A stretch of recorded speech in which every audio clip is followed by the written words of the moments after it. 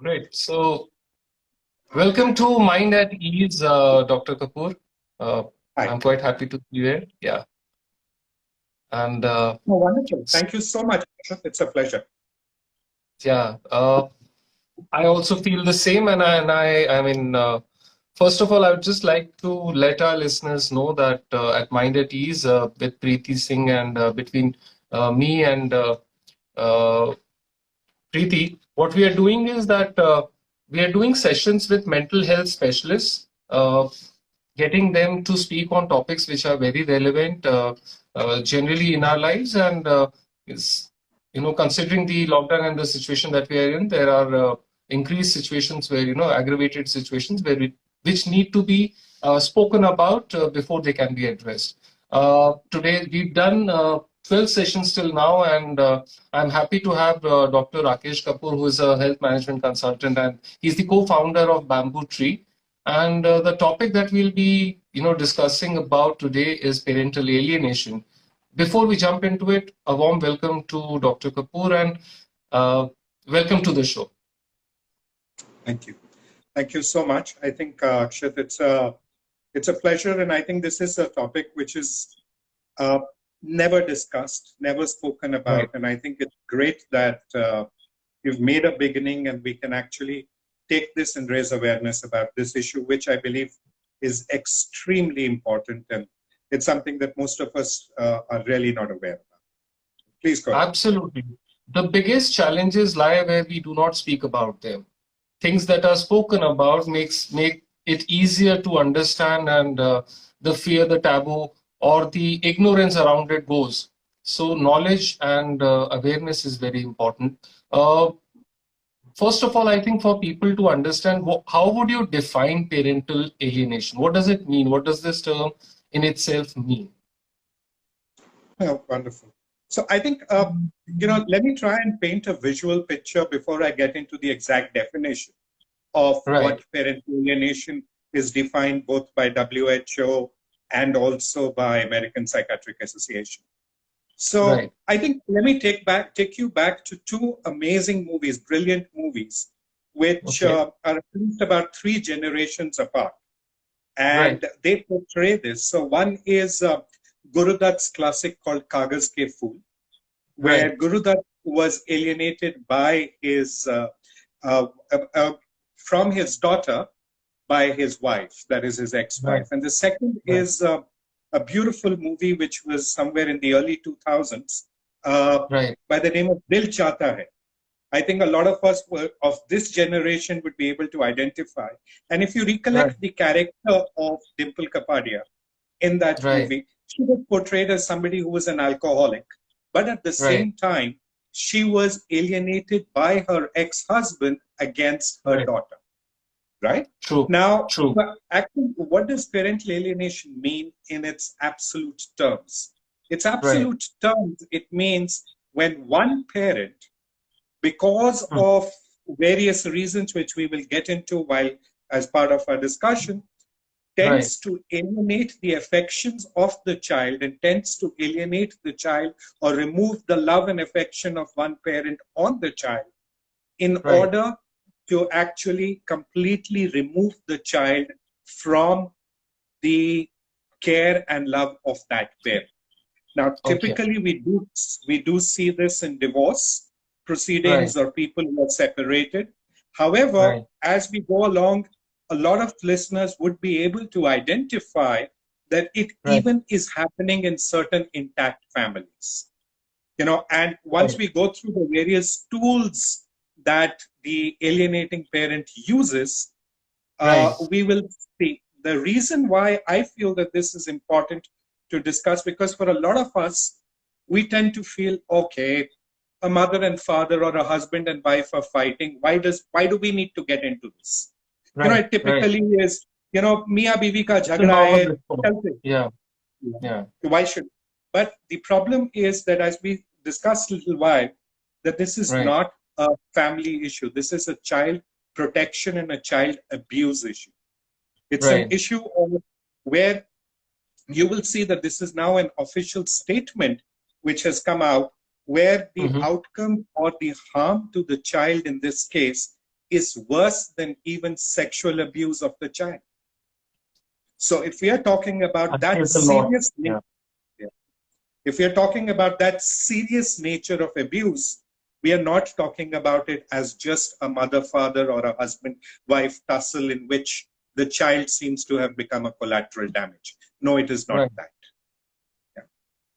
So, so when you started off, immediately what I thought was that, generally we're talking of situations where there are already, borderlines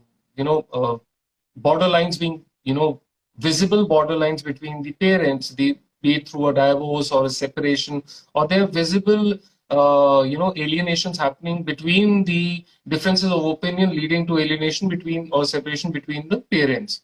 But how, so it's interesting to understand how it is important in even so-called intact marriages or relationships where where role of one parent kind of, undermines the love and affection of the other parent, and the care that from that parent needs to come to the child and vice versa seems to be, snipped off. Uh, and this impact, I'm sure that this would be a lot of, because it's not a discussed thing, and it's not something which is very, easily, it's not a conversation that is held, and, people stay away from other marriages and other situations, even living in the same house. Uh, what kind of an impact do you feel really? How does the child bear this? With such a with such an innocent, understanding of life and everything and the world around them. How do they see it, and how do they react generally? No, sure. So let me first answer your question, which you specifically asked. Right.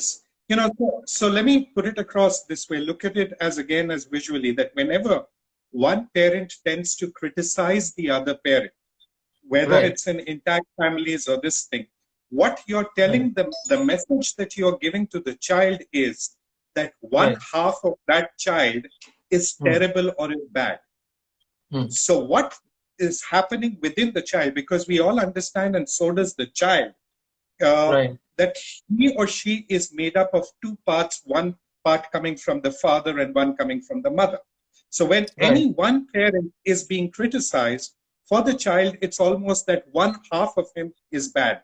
In fact, one of the brilliant judges from the US, in fact, characterized it very beautifully and actually said it is like literally called as a hemiphysectomy, which is to say that one eye, one leg, one arm is being removed of a child, and you're now asking the child to live life with that handicap. That I'm going to remove half of you and live with that handicap. That is what parental alienation or criticism of one parent does. But I think what's important is that we must look at and be able to differentiate that this is not just one incident of, so let's say me and my wife are having a small fight, and just because we had a fight and we criticized each other, does not mean parental alienation. Parental alienation is a much, much, much more pathological term which is used. Normal fights, normal disagreements are a part and parcel of life which every child must grow up with, right? Because he or she will also have to learn with the various conflicts that will happen in life which are there. So let me really now come to say what is it that typically happens. So let me give you a few examples of how it does happen, right? So typically, let's use an example of a recently separated parents, right? They've just separated from each other. And the child has gone and spent some time with the parent whom we call as the targeted parent.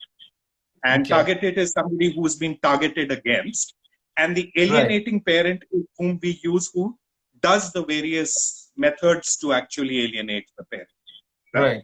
So the child has gone and spent some time, and the child comes back home and comes back to the, let's say, back to the alienating parent and says, oh, I had a great time with my father. Let's just say it's a father. Yeah. All that mother has to do at that point of time is really say, really? So you had a great time with your father. And that stern look that is how it starts in the mind of the child. Oops, the child starts feeling guilty. Something to be hidden. Yeah. Yeah. And the child starts feeling that, oh, I have done something wrong. That means I'm not supposed to have a good time with my father. So this is where Right. it starts. But this is where it is still what I would call as naive. You know, people are still trying to understand. It then Right. moves on to the more pathological level, which is what Right. happens is that now the parent starts creating a fear in the mind of the child. And I'll give you Right. examples of loads of such children I have Right. seen who Right. have gone through this, right? So now the alienating parent starts trying to create fear in the mind of the child. How does it do that? So let me give you an example of Right. of a child that I had met when she was about 4.5 years of age. So her Right. father had taken her to the zoo, right? Mm-hmm. Because the child was very fond of animals, and suddenly the child is in a state of absolute anxiety. The child is crying, and the child is in a bad shape, right? The Okay. father tries everything that, okay, let me Mm-hmm. try and show you a monkey jumping and, you know, the various fooling around Yeah. that a father would Distraction with it. do. Yeah. You know? But the child is in a state of complete anxiety. So Right. suddenly the father says, okay, let me take you out of the zoo. I think maybe today is not a good day, right? Okay. As soon as the child is out of the zoo, the child is in a happy state again, is playful, is all this thing again. The father was Right. shocked. You know, suddenly you're so fond of animals. What happened? The child Right. says, my mother had told me that you will take me to the jungle and feed me to the tigers. Okay. So for a four and a That half fear. year old Yeah. Yeah. For a 4.5-year-old child, anything that a mother says is like what we call in colloquial Sacrosanct. language is sacrosanct, is a word of God, almost like a Yeah. word of God coming in, right? And for her, a zoo is almost equivalent to a jungle Right. for a 4.5-year-old child, right? Now, Yeah. it doesn't stop there. How does it move on next? What the Right. same way now, the fear against the father, the seeds of fear have been sown. The next Right. time the Right. child has a birthday party, right? Right. And the father throws a great birthday party for the child and whatever. And suddenly the child comes back, and the alienating parent is this time angry Mm-hmm. that the child has had fun. So suddenly what Okay. she does is she sows the seed inside the mind of the child that the cake that was given to you was actually poisoned. And Okay. she makes sure that the Mm-hmm. child undergoes some amount of diarrhea, Okay. So right? actively inducing diarrhea you're talking about. Actively Okay. inducing diarrhea, right? I wouldn't want to even talk about it. I've actually seen cases where mothers have inserted um, various kinds of tools inside the private parts of girls to go and prove that the child has been sexually abused. I have seen That's many extreme. such cases. Yeah, those That's are, of extreme. course, extreme cases, right? Yeah. So now what has happened is that the child has suddenly become extremely fearful of the other parent, right? Right. And is unable to even express. And what happens is, you know, Akshat, you and me would always remember that we Right. remember our life by the good memories that we have. Our Right. childhood is a collection of beautiful memories, and we remember things by these memories, but more than the memories, the emotions attached to those Attached to them. memories, Yeah. Yeah. right? So when we as we grow up, suddenly the emotions attached to these memories have become tainted. Okay. So even if I've had a great time at my birthday party, but the emotion that has got attached because the cake was poisoned, as per the alienating Supposedly. parent, Yeah. the emotion, and I've had diarrhea, the emotions have become very, Taint. Yeah. right? That's step 2, which happens. Then comes the step 3, which is now Right. when the child is being forced to reject the parent. So Okay. simply state, right? So now what the child is being told is, you got to choose. You want to stay with your father or your mother? What do you want to Right. do?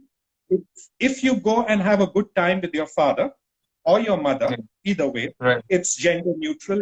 Either gender does it, right? Right. Suddenly, the child is now thrown into a huge loyalty conflict. What does the child do? Right.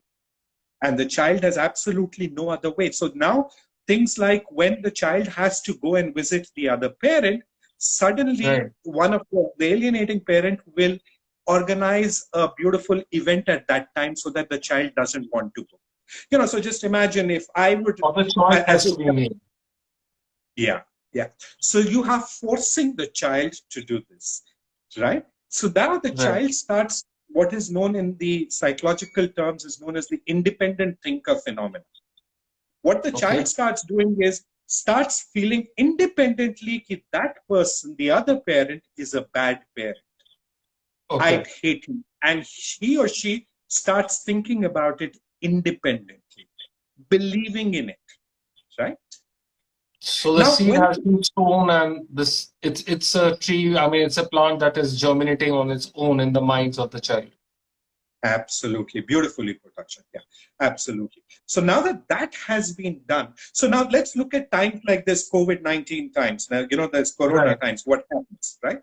Now, this is a time when a child needs a lot of support. I think you've done a lot of programs on that where the child Right. is anxious, the child is Right. fearful, scared, Right. the child is stuck inside the house where he or she needs the assurance, love, safety of both the parents being there, right? Right. But what Right. happens at this point of time, that one parent will not even allow the child to have video conferences, talks, even talk on the phone, nothing doing.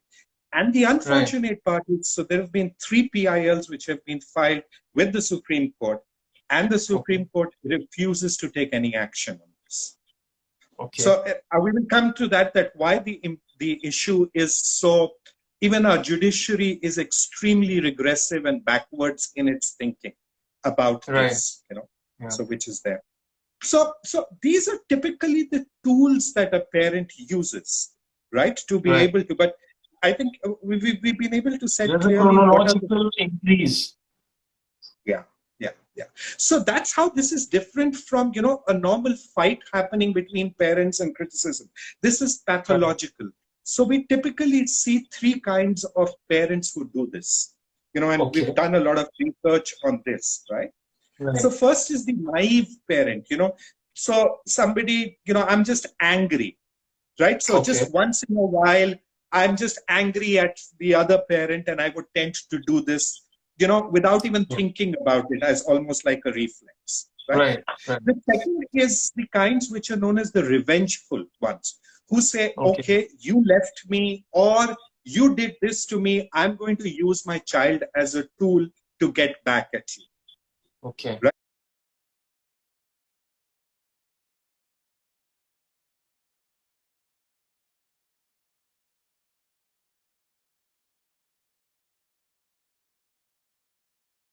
Right. Which is the revengeful one. But the third Right. one are the most dangerous, who have what are known as cluster B personality disorders. And we find Okay. almost 50% of such parents who do this end up Right. having these kind of personality disorders. These are typically known as either the borderline personality disorder or a Okay. narcissistic personality disorder, right? Right. So these are well-defined WHO terms, and these are psychiatric illnesses which need significant amount of treatment for almost about 6 months to a year, right? So Right. which is Right. counseling sessions and things like that. So these are what we see. So more than half of them, but the number of such cases, you would be shocked. So Right. how many percent, what percentage, Aakshat, let me now hold a small quiz just for the fun of it, right? So what Right. percentage of parents do you think in India actually Right. get divorced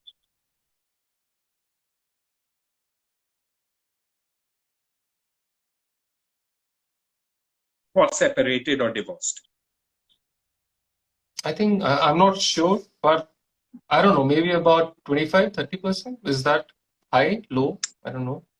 Yeah, that's high. So all India figures is about 16%. But you're Okay. very right when the world, what you're speaking about is the world that you and me reside in, which is the urban India. Urban India, Right. it is close to about 30%. Okay. So that means 1 in every third child is growing up Right. like this. Right. So that's Right. 1 in every 3. And so what that means is, let me give you a figure. By most conservative estimates, 82,000 children are Okay. alienated every year. So they are added to the alienated pool every year in India, 82,000. So we are talking That's about a these large number. cumulative. That is large. Let's talk about it. The total number of murders that happen in India are 29,000. The total number of child trafficking cases, 9,000. Right? The total number Right. of, let's say, even most heinous of crime, rapes, 32,000. 2,000 2000. children who are put through this. But unfortunately, as you rightly said, there is complete lack of discussion around it. So we are Discussion not even, around. yeah, yeah. So, as you mentioned about our legal system being a little regressive, and I'm sure that it is all, connect, all things connect with the way the society functions and how India functions. I cannot speak about the world, but we can definitely see, I mean, like you mentioned about the urban space having more number of divorces compared to the rural. But I'm not sure if, like you also mentioned, intact families, can also have serious repercussions on the child and the upbringing of the child. That's actually one question that I want to ask you. Uh, does this go both ways in terms of, I mean, like, you mentioned quite clearly that there is a alienating parent and there is a targeted parent, right? And the examples that you gave, I'm sure that is also because of the paucity of time. Uh, they were all about separated or divorced parents, right? So what if there is a family which is together, the parents are together? Does this work both ways? I mean, because then that possibility to use that child as a tool becomes easier for both the parents to kind of alternate between targeting and the alienating parent. Does that happen often? Yes, it does happen a pretty large number of cases which we've seen. And obviously, Okay. but fortunately, what we see, so let me give you examples in Right. this, right?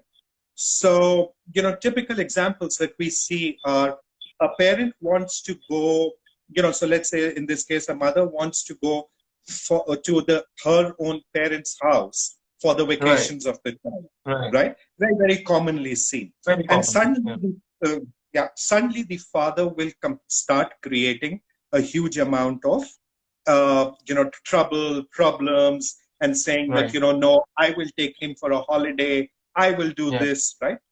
And Right. that's where we suddenly start seeing the child manipulating both the parents.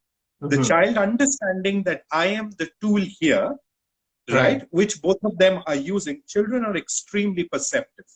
They are Right. extremely, I'm sure. their I'm child is the father of man. And right. that's absolutely the truth, right? So they Right. tend to become extremely manipulative. But the damage in those cases is not as much as in parental alienation, which we are talking about, that Right. happens Right. because both the parents are still present in the life of the child. While Right. what happened in pathological parental alienation, that at least one parent has been eliminated from the life of the From the child, picture. Okay. from the picture, right? So that makes a huge difference.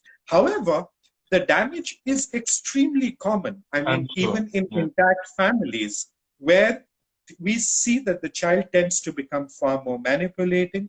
So, what are known as enablers? So Mhm. children tend to take 4 different roles in this kind of Okay. a scenario. Right. So, one is known as the enabler. So, the child Hmm. tends to now try and get both the parents together, tries Right. to be the bridge between both the parents so that they don't fight, right? Right. Now, in that Right. case, the family really benefits from the child, but the child psychologically suffers Right. immensely. I'm The sure. second is known as the hero. So he Okay. tends to, or she tends to perform extremely well, right? Okay. So he or she tends to put up the appearances and tends to be one of the most high performing. So, you were mentioning about, we were discussing how the child becomes either an enabler. You were talking about how there can be a hero situation where they are outperforming everyone around them. And yeah, please continue. That's very Right. So as I was saying, the hero. So that is why when I go to schools, I tell them that right, just because a child is doing very well academically, the hero would right, typically tend to outperform, has right. absolutely very little correlation with Hmm, how the child is doing mentally and psychologically. The child might be at absolutely. very severe pressure, right? And Right, he tends to suffer from huge amount of stress related illnesses, which I'll just elaborate on in a moment. The third is, right. which is known as the scapegoat. Now, scapegoat is typically the child who would tend to act out.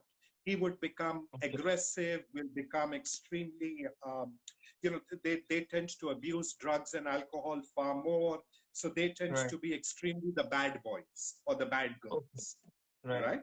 And then there is lastly the lost child, who is extremely Okay, shy, is very introvert, has huge problem in socializing with children and the right, others, right?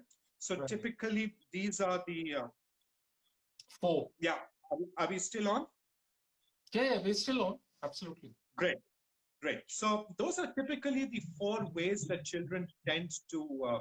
But I think what I really want to talk about in this scenario would be, how does this impact the child as the child moves towards life in future?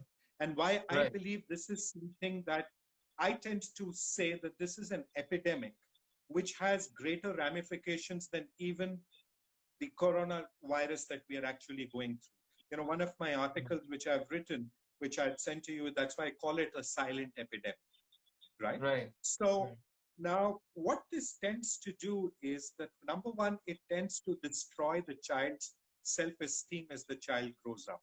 We've seen, right, like you say, that approximately 16% is the divorce rate that we see in India.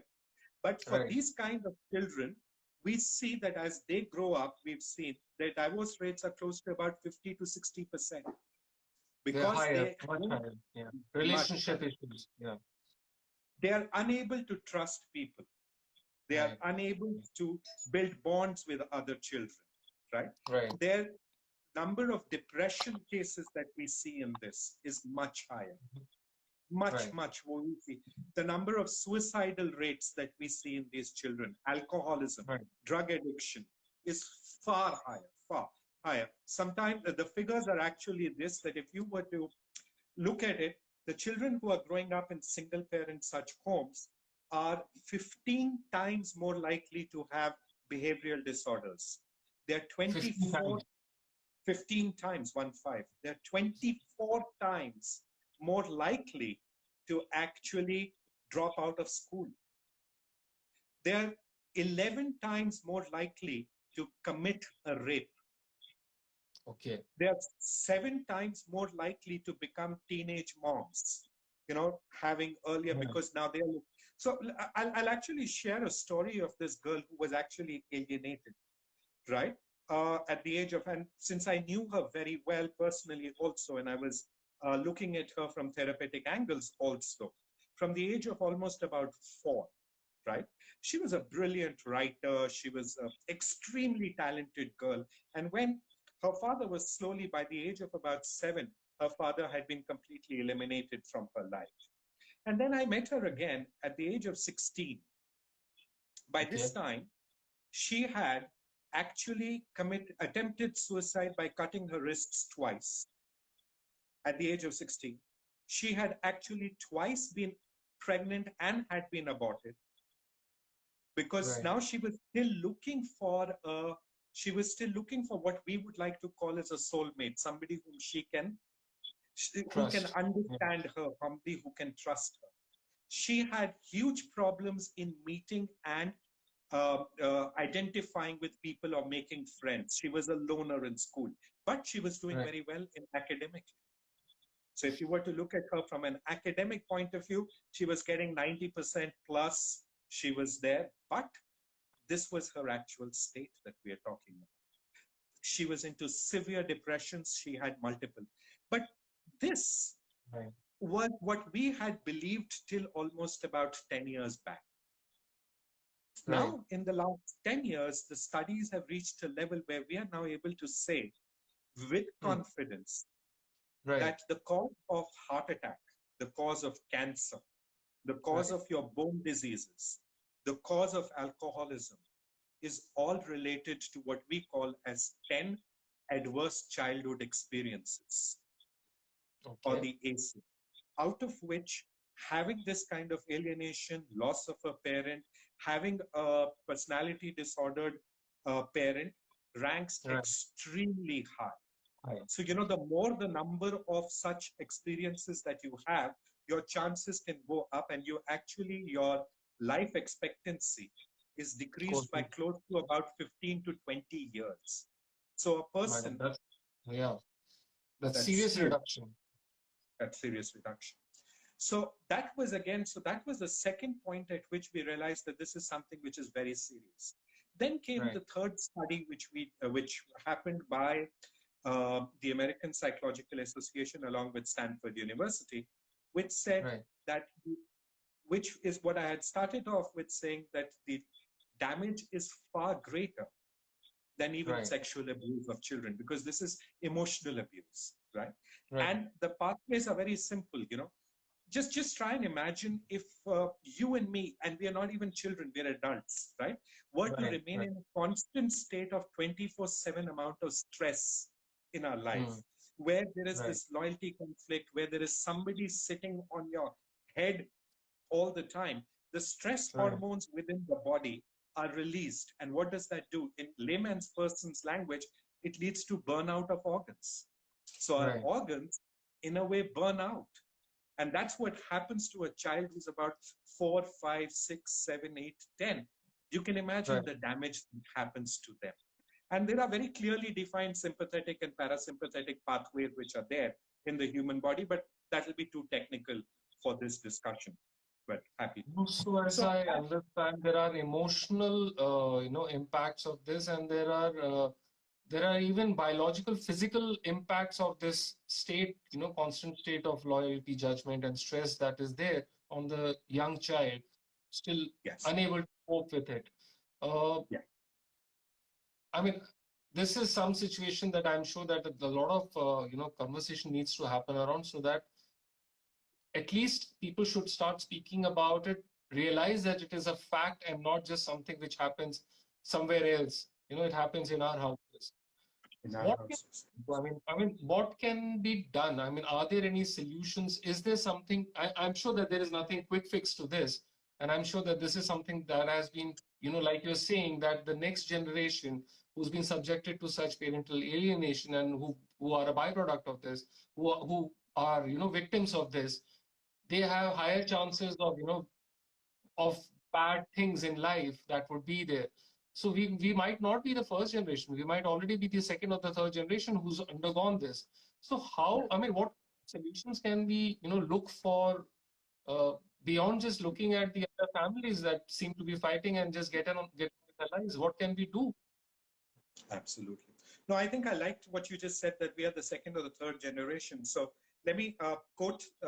This is an exact quote by the Prime Minister of UK, right? Okay. And so there were these riots which happened in the early 2000s in UK, which a lot of us know. And when a study was done, and he actually stated that the reason for our children rioting on the Mhm. streets, is because they have grown up in single parent homes. So Okay. this is not something that we believe will happen in the future on a daily Now, basis today. Let me give you an example which would shock you. Are we there, or are we lost? yeah, there seems to be some network, lag happening. But now I think seems to be working fine. Yeah, pray continue. Are we there? Are we there? Yeah, yeah, yeah. Please continue. Yeah. Okay, so let me give you a second example which would shock you why it is happening today. So we've all heard of in the last 10 years, there have been 26 school shootings which have happened in the US. They've been extremely, Right. I think all of us have heard of, Yeah. shootings which have happened in the schools in the US and where London. What percentage of them do you think came from single parent homes? 26 have happened so far. Close to 25 100. out of those 26. So I was close. So I was almost 100%. Yeah. Almost 100%. Yeah. So if we're talking about them, there has to be a reason why this is happening, right? Right. So now, what you rightly asked was, what is the solution? I think I'd like to kind of divide the solution into first what the society needs to do, that is people like you Right. and me to actually do. Right. The Right. second is what the legal system needs to do. And the third is what Right. schools needs to do. There are three Right. very, I love what Dr. Abdul Kalam, our president, said very beautifully. He said, if you want to make a Right. country of beautiful minds, there are three Right. people who need to play a role: the father, the Okay. mother, and the teacher, right? So I would like to Agreed. look at it from that angle, right? So Right. as a Right. society, I think the first thing that we need to do is, we tend to see a lot of undermining the role of one parent in a family. Typically Right. you see the advertisements, you That see happened. a Yeah. lot of the fathers are in a way ridiculed, and they are given more of the stereotype or gender stereotype of saying you be the money provider. For the rest, you Right. cannot do anything, right? So I think we need to Right. break out of these gender stereotypes, where Right. that's the first thing, that the mothers are brilliant, but so are fathers. And I would encourage all of us who are sitting here to watch this beautiful documentary by BBC. It's available on YouTube. It's called Biology of Dads. Okay. It's an Right. amazing documentary which they've actually made from scientific documentary. And you have to see, so we have to remove this gender stereotypes within our society. That's the first thing. Right. The second thing, what I really think we need to do in a big way is, when we hear or stories about an absent parent, or we Right. see somebody within our family criticizing the other parent in front of a child, we Right. should not always assume that that person is correct. Number one, even if Right. the person is correct, understand that the child doesn't need to know that, Right. right? You could have your fights between each other. You could, for all I care, kill each other in the privacy of your home. Fight till till cows come home. But keep the innocence of the child away, right? The third Right. thing is, hello? Yeah. Yeah. Please Hello? continue. Yeah, Yeah. You're sorry. audible. So third thing as a society which we need to do is that whenever we see something like this happening, it is like saying that whenever you and me today see a person, eve teasing or misbehaving with a woman on the road, we Right. as a society member have it as our responsibility that we must intervene and Right. we must protect, right? That we must do with the child. Whenever you see a child being dragged in between a fight, and that's happening in our Yeah. families together. It could Right. be happening with your brother, my brother. It could be happening with your cousins. We must intervene and first protect the child. Right. Take the child away from that Situation. Yeah. situation and say, that's, you guys can fight. We can solve that or sort that out later. First, Separately. our Yeah. first priority or prerogative is towards the child, right? Right. So that's some of the things. I'd be happy to talk in detail maybe at a later stage. But the second thing Right. is the school. I think Right. the unfortunate part that we are facing in schools today is that our academic report cards that come out annually, they only talk Right. about maths, English, social science, EVS, and things like that. It does Right. not talk about our social skills. The Right. concept of EQ versus IQ is more Right. than about 20 to 30 years old. but we haven't integrated that. Even the best of the schools, most progressive of the schools in cities like Delhi, look at their Right. report card. Their report cards are all about grades Never and marks. talks about, yeah, never talks about the emotional aspect Yeah, or the social social skills. skills, Yeah. social skills, Yeah. extracurricular skills. What has the first child done in that? Right? How Right. is the child faring within sports? How is the Right. child's confidence level? How is the child when put into a situation which could be very natural? Right? How is Mm-hmm. the child Mm-hmm. reacting to that? Responding. Our Yeah. teachers, there is very little. I mean, you and me go into our child's PTMs. As long as Right. my daughter is doing very well academically, teachers have no complaints. Nothing to, Never. yeah, and nothing to share. Yeah. Nothing to share. I think that's where a dialogue with the teachers in the school must start. Must Right. start. And our teachers need to start being aware of and having a far greater say within what's happening, because we've, so the NCRT does make sure that there is one school counselor in every big school. But do you know, Yeah, that's true. Yeah. a school counselor, what is the role that counselor performs is something that both you and me can probably even smile about. I mean, Yeah. does that counselor even know what's happening to 90% of the children? So unless for the counselor means as long as the child is not autistic, Right. right, everything is fine. Yeah. Yeah. Yeah. But that's where the problem starts coming in. So the third real key player in this is the legal system, right? Very true. Now, Yeah. we have we've filed a number of, so that's my NGO has filed a number of PILs. We're Right. doing some judicial education workshops. Right. But unfortunately, what is happening is the legal system, there are laws available. So the Mm-hmm. Juvenile Justice Act, which has been formulated, is a Right. brilliant piece of legislation, right? Okay. There is absolutely zero implementation.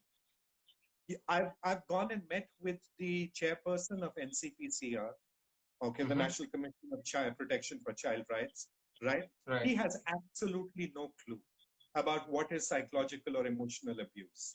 I have no clue where and how he has even achieved that position where he is at, right? Right. Right. Uh, so fortunately, we worked with the Law Commission of India, and the answer is very simple if we wish to protect. So the answer is Right. not that if two parents can't get along, let's not divorce for the sake of children. Right. Yeah. Obviously, try and It work doesn't it work out. as well. Yeah. If you can't work it out, the answer is not to stay there for the sake of children. And the answer comes from a beautiful study that Okay. comes from 150,000 children have been studied Okay. by the world's most famous institute. It's called Karolinska Institute in Sweden, right? Okay. It's like what we consider as Harvard, or we would consider as the mecca of medical research or Right. sociological research, right? Right. Uh, so they studied 150,000 children, and they found that as long as the two parents divorce amicably, Right. the so they compared what are known as nuclear or intact families, Mm-hmm. families which uh, broke away, right, Right. divorced, but they managed to keep the relationship amicably with the children. Both the Right. parents were involved with the lives of the Right. children. And the third are the people who were alienated, who went through this parental alienation. So Right. obviously, the children of intact families performed the best, right? Mm-hmm. The Okay. children of divorced families perform just about 5 to 7% poorer Less. than those of intact families. The Right. children of these families, the alienated families, performed approximately 55 to 60% poorer. But what was the scaling on social skills, or The what? scaling, What? the scaling, the scaling, they tested them on various things. So one is on somatic disorders. So they Okay. said that we tend to have stomach ache, their Okay. Okay. right. So the somatic disorders which are there, they also tested them on their school performance, and they Okay. tested them over a later period of time on their performance and achievements in life together. So it Okay. was a longitudinal studies done over 20 years. This they are Oh, doing ongoing, which is known as the Elvis Project, okay. ELVIS. I mean, I'm Mm-hmm. sure it has nothing to do with Elvis Presley, but they still name it Elvis Project. Yeah. Right.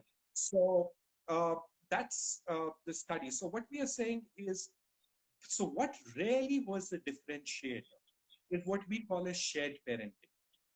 Now, we've Mm-hmm. worked with Right. the Law Commission of India, and if you were to see, there is the 257th Law Commission report, which actually Mm-hmm. came out, which is strongly Right. advocated saying shared parenting leads to Mm-hmm. outcomes which are almost as good as nuclear intact families, right?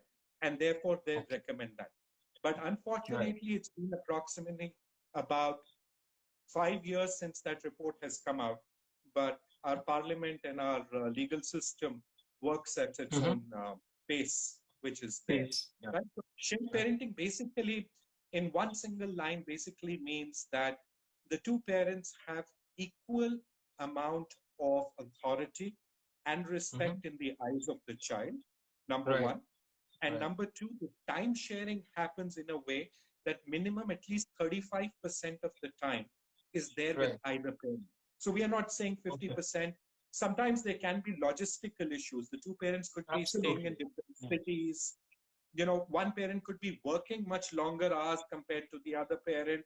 So we understand all of that. So because of which we have formulated close to about 20 different types of parenting plans, depending on Okay. the distances that the child is living, the parents are living with each other, what is the age Right. of the child, how much are Mm-hmm. each of the parents working, are they working, Right.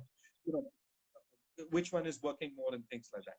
So that's Right. what it really requires. So that's something Right. which the legal system is not enforcing at the time being.